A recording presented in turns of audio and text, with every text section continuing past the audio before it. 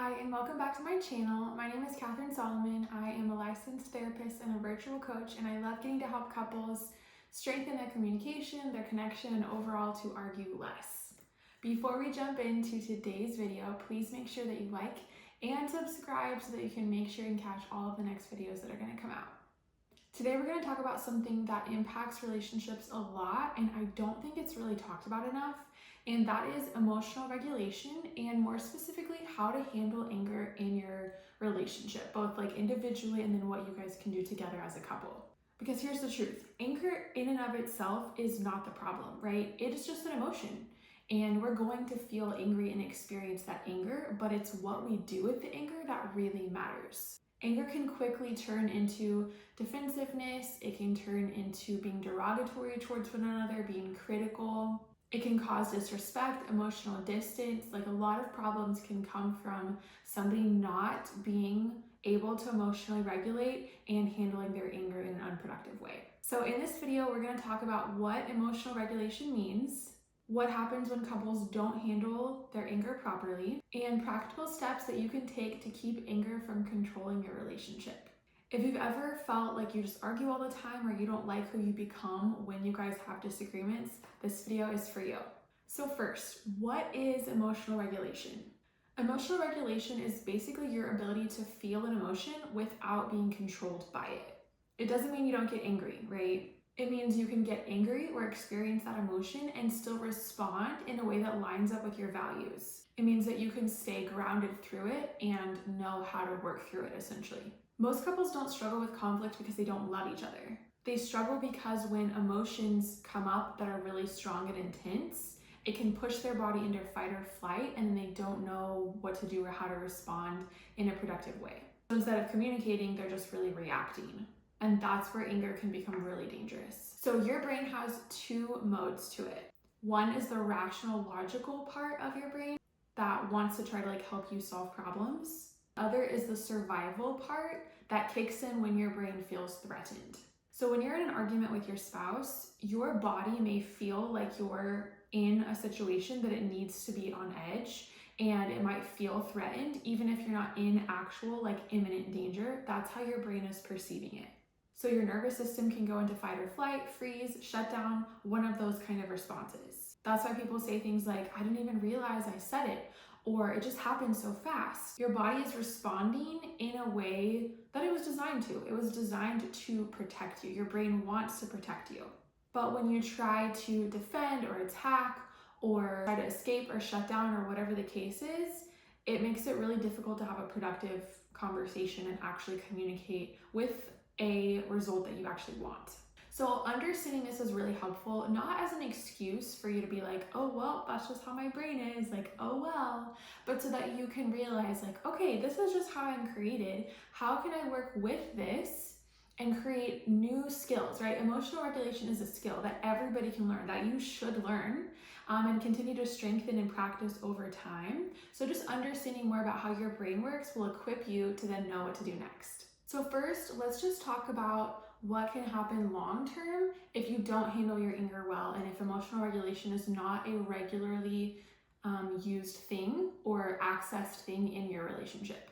Because the reality is that unmanaged anger doesn't just stay in that one argument, right? It bleeds into so many things, has a huge ripple effect over time. As I'm sure you've seen, it can create a cycle of escalation. If one person gets angry, then the other person probably gets defensive. And defensiveness usually triggers more anger or criticism. Somebody raises their voice, somebody shuts down, somebody walks away, somebody slams the door. And what started as, why didn't you do the dishes, or why did it happen this way, it turns into you don't care about me anymore, or I'm not important to you. And so that's how something just continues to build and compounds on top of itself over time. And like I said, creates the cycle of escalation. It also builds resentment over time. Unregulated anger leads to harsh words. Harsh words, they cut, right? People know the impact of their words and use them as a weapon.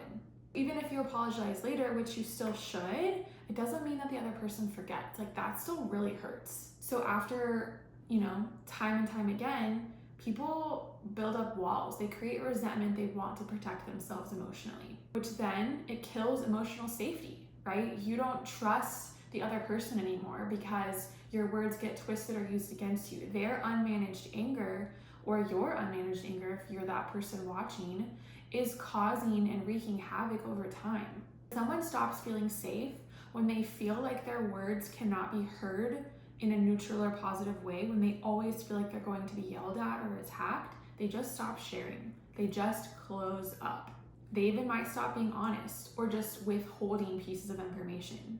And now what you have is coexisting people together, or both people maybe walking on eggshells. Something else that can happen over time is it creates this like parent-child dynamic. This is something I see a lot, where one person feels like they're the emotional manager of the entire relationship. They're the ones that feel like they're having to edit their tone and watch their words and be really careful with their facial expressions. The other person is just the reactor. So they're just like really trying to keep the peace and make sure that everything is fine, versus both people working together to manage their anger and their strong emotions in a healthy way.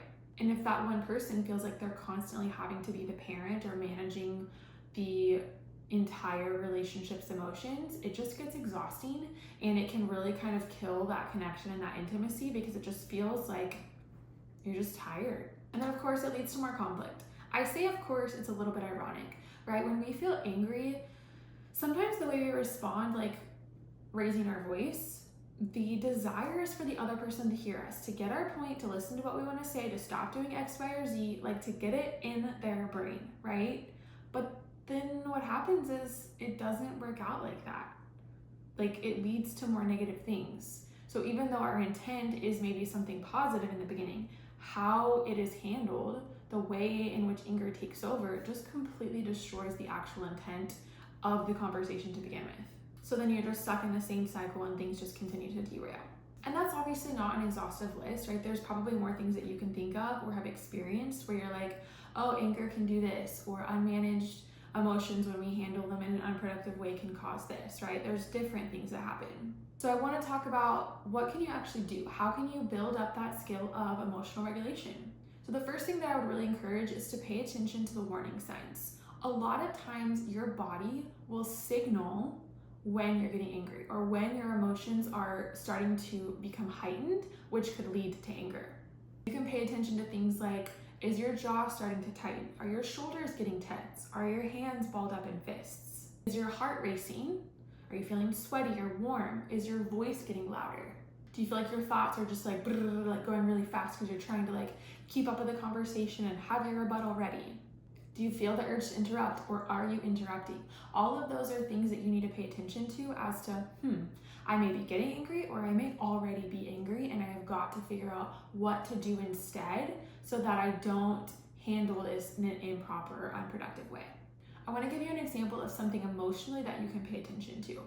This is a personal example, not with my husband, but with my son. He is 1.5 years old. We are in full-blown toddler mode, and he does things that I didn't even recognize would bother me so much until I've been living it, right? If he pulls my hair, or if he throws food on the floor for the 1000th time, I know that those are behaviors that are going to trigger me. It creates this emotion in me so quickly that flips to anger if I'm not careful. And so I have to go into things prepared, right? Knowing, okay, this is going to set me off. This could cause me to get derailed. And as much as I want to, have good emotional regulation, also I want to like teach him how to have good emotional regulation, right? I don't want to be a mom or a person that reacts in anger or yells, stop yelling, because do you see the irony in that? So that's just an example of things that I have to pay attention to within my body, or when I have precursor emotions that come up that I know, if not checked, will go to anger. So whether it's with your child, like my example, or more so in your relationship, which is what we're talking about, if you notice those warning signs, it is a really important thing that you take what I call a productive break. A lot of times people are like, we just need to take a time out or take a break. However, doing that, I've seen people just be like, I'm taking a break. Or not even saying that, they just walk away. And walking away without communication is not taking a break. It's just walking away. It's just being rude. It's causing anxiety in the other person who may have anxious attachment, wondering, are we going to talk about it? When are we going to come back and deal with this, right? It's not a healthy thing just to walk away. Instead, it's important to communicate where you're at. Hey, I am feeling really upset, or like I'm getting really angry, or I am too angry. I have got to pause and calm down. All of those things, the intention is good. You want to be able to have a productive conversation, but you're recognizing like I am what's called emotionally flooded.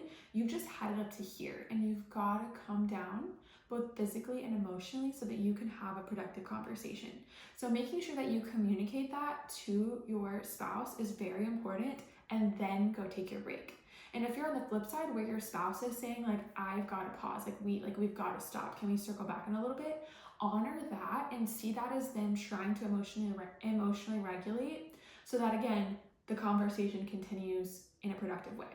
Now, when you take that break, it's your job to calm down. It's not your job to go rant to your friend through text message. It's not your job to call up someone and spill your guts.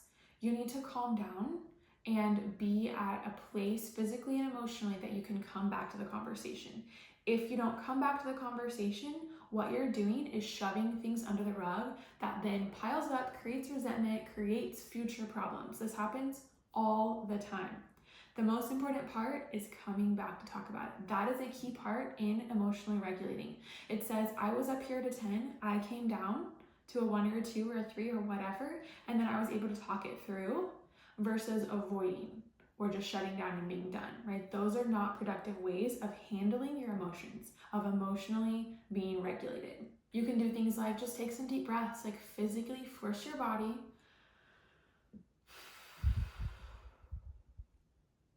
to calm down, be centered, listen to your heartbeat, slow down, okay?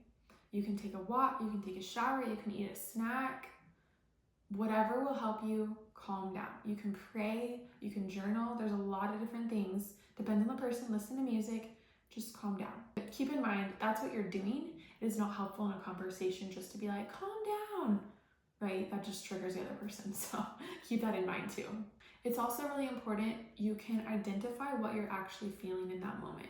It's okay to think through the conversation and just kind of articulate in a clearer way, like what is the point that you're trying to get across? What are you really feeling? Why are you feeling that? Like take time to like dig deep so that you have more to offer when you go back into the conversation. And then keep in mind when you start back that conversation, how you start things is usually where it goes or how it ends. So you want to start off with what's called a softened startup. You want to be gentle with your words. If you guys both need to apologize, like, hey, earlier, 20 minutes ago, I'm sorry for the things that I said. I know that we were getting derailed. I wasn't handling things well. Like, I want to try again. Let's both try again calmer. That sets a tone for a totally different conversation than just jumping right back in with your hostile words or your frustrated tone. And most importantly, remember that this really does take practice, right? We are not born, I wish we were, but we're not born with the ability to just magically emotionally regulate. Like, that is not a thing, okay? We might be smart in some areas, but emotions are so tricky. And so it doesn't matter how old you are, it is so important to go into things practicing. You're gonna mess up, you're gonna have to apologize, you're gonna have to take time to reorient yourself, and that is okay. Don't see it as a negative thing or a bad thing that it's going to take you practice, and don't feel rushed and don't rush your spouse if you feel like the timeline isn't where you think it should be. There really isn't a should, as long as you're continuing to work on it and you're seeing progress. If this video resonated with you, whether or not you're the person that needs to work on emotionally regulating, or you're like, oh my goodness, I wish that as a whole, my relationship, me and my spouse, like we would work on this, I just want you to know that you're not alone. This is truly something that probably every couple needs to be working on. No matter how old they are, no matter how long they've been together, there's always room for growth in building the ability to emotionally regulate easier. If you want some follow-up tools to continue to help you communicate better and argue less, go ahead and check the description. I have lots of different resources that are going to really help where you're at in the specific stage of your relationship. If you're wanting something super in-depth, I highly recommend checking out the Couples Communication Roadmap. This is my online course with video modules teaching just like this and a workbook that will really help you practically apply what you're learning. It dives more into this emotional regulation, it dives into attachment, like just so many really helpful things. So I would encourage you to check out that if you're wanting something really in-depth. As always, please make sure that you like this video and subscribe. And thanks again for watching and being here, and I will see you next time.